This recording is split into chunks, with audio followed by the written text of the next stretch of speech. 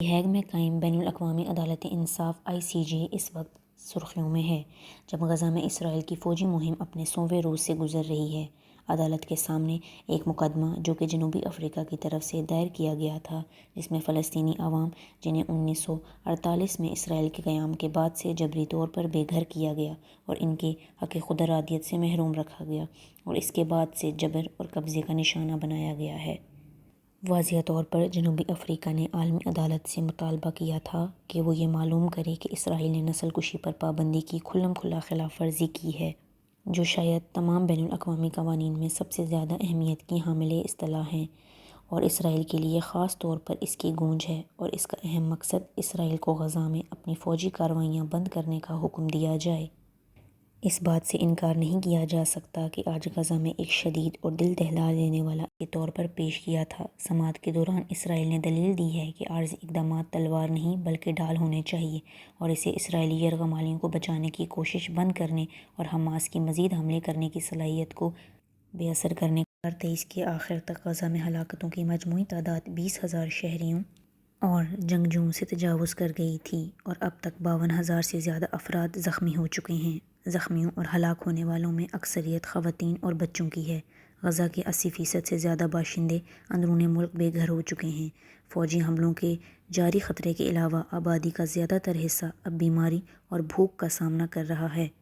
اسرائیل نے سماعت میں کافی وقت جنوبی افریقہ کی جانب سے درخواست کردہ مختلف اقدامات کا جائزہ لینے اور یہ دکھانے میں گزارا کہ عدالت نے بوسنیا کیس سمیت اسی طرح کی سابقہ درخواستوں سے کس طرح نپٹا ہے۔ اپنی فوجی کارروائیاں روکنے کے حکم کے تحت اسرائیل کو یرغمالیوں کی تلاش اور رہائی کے لیے اپنی فوجی کوششیں ترک کرنا ہوں گی اور حماس کی مزید حملے کرنے کی صلاحیت کو ختم کرنا ہوگا۔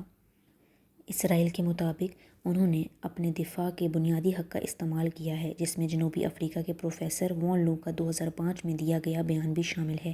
جس میں انہوں نے کہا تھا کہ کوئی بھی ریاست قانون کے مطابق غیر فعال طور پر حملے کا سامنا کرنے کی پابند نہیں ہے۔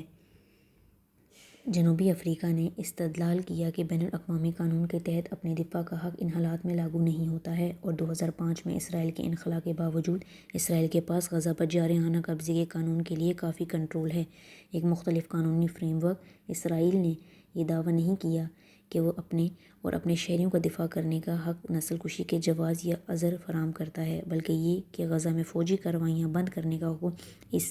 اس حق کے استعمال صلاحیت سے محروم کر دے گا اور نسل کشی کنونشن کے پیرامیٹر سے تجاوز کرے گا۔